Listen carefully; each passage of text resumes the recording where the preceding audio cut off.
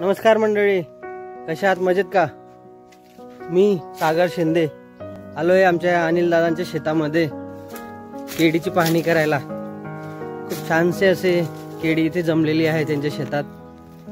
म्हणजे आता 15 दिवसांनी गाडी येणार आहे ते त्यांच्या म्हणण्यानुसार। खूप छान पैकी असे पीक तयार झालेला आहे। अनिल दादा, कधी लागवड केली होती आपण? 9 जुलैला। 9 जुलैला का? आणि तरी आता म्हणजे बरेचसे तयार झालेले आहे ना? हा, म्हणजे 10-15% झालेला आहे।